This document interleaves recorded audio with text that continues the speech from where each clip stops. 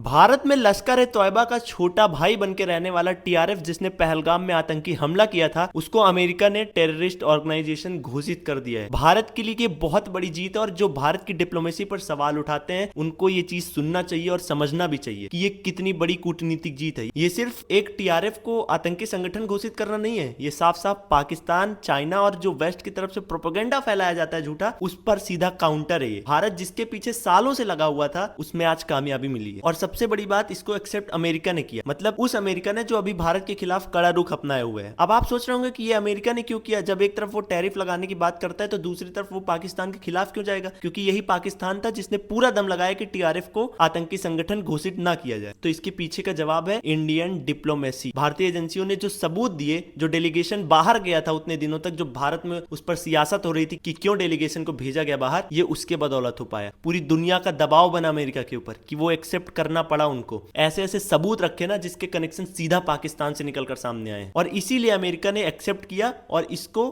FTO यानी foreign terrorist organisation और एसडीजीटी में डाल दिया। ये दो ऐसे ऑर्गेनाइजेशन है जिसमें कोई आतंकी संगठन को डाल दिया गया तो वो विदेशी आतंकी संगठन घोषित हो जाता है और उसने कई बड़े हमले किए होते हैं। यानी दुनिया ने एक्सेप्ट किया कि वो बहुत बड़ा आतंकी हमला था और उसको टेररिस्ट ऑर्गेनाइजेशन ने किया था। टीआरएफ का आतंकी संगठन घोषित करना सीधे सीधे लश्कर-ए-तोयबा के ऊपर डंडा चलाने जैसा हुआ है। पाकिस्तान के विदेश मंत्री इसाक डार ने जब यूएनएससी में पहलगाम के ऊपर निंदा प्रस्ताव आ रहा था ना, तो उसमें से टीआरएफ का नाम हटवा भी लिया था, ये रिपोर्ट्स बता रही हैं। तो वहां तक उनको सक्सेस मिल गई थी, लेकिन भारत ने इसके बाद जो काम किया वर्ल्ड लेवल पर, वो वाकई में अब रंग लाया और अब टीआरएफ को आतंकी संगठन घोषित कर दिया गया। अब आगे क्या होगा? तो देखिए, आगे की लड़ाई ना यूएनएससी में है, क्योंकि अब आखिरी मुहर जो है वो यूनाइटेड नेशन सिक्योरिटी काउंसिल में ही लगनी है। उनमें जो देश परमानेंट मेंबर है उनकी सहमति बन जाएगी, तब इस पर आखिरी मुहर लग जाएगी कि हाँ, ये ग्लोबली टेररिस्ट ऑर्गेनाइजेशन बन चुका है। अब यहाँ पर एक पेज फंस सकता है चाइना, क्योंकि वो पाकिस्तान का समर्थन करता है, ये बात तय है, और यूएनएससी में हमेशा उसने भारत का विरोधी किया एक तरीके से। तो आखिरी लड़ाई अब वहां पर बाकी है, और अगर यूएनएससी में इस पर मुहर लग गई तो समझिए भारत ने पाकिस्तान को बिना मारे इतना मार दिया ना कि वो कभी उठ नहीं पाएगा। वो वैसे ही आतंकवाद के नाम पर पीछे चला गया, दुनिया में गिर गया। और अगर नहीं भी लगता है तो अमेरिका का ये चीज एक्सेप्ट करना बताता है कि हाँ, भारत ने जो दुनिया के सामने पाकिस्तान का चेहरा दिखाया वो सच है, पाकिस्तान आतंकवाद को समर्थन करता है। अब इससे फायदे क्या होंगे उसको भी समझ लेते हैं। पहली चीज, जो ये फंडिंग होती थी विदेशों से ना इनकी, अभी तक ये आम बने हुए, लेकिन अब ये आतंकी संगठन है तो मतलब हर जगह से बैन, हर देश इनको अब आतंकी मानेगा। दूसरा चीज, सिक्योरिटी एजेंसीज को अब खुला हाथ मिल गया है, जब चाहे जहां चाहे इनका अगर कोई लिंक मिल जाता है किसी आदमी के साथ, मार देंगे तुरंत। भारत की ये बहुत बड़ी डिप्लोमेटिक जीत इसलिए है, पाकिस्तान के ऊपर वो दबाव बना पाएगा, क्योंकि लश्कर-ए-तोयबा का सीधा कनेक्शन टीआरएफ के साथ है, और लश्कर-ए-तोयबा कहां से ऑपरेट होता है? पाकिस्तान से। ये बात सबको पता है। जय हिंद, जय भारत।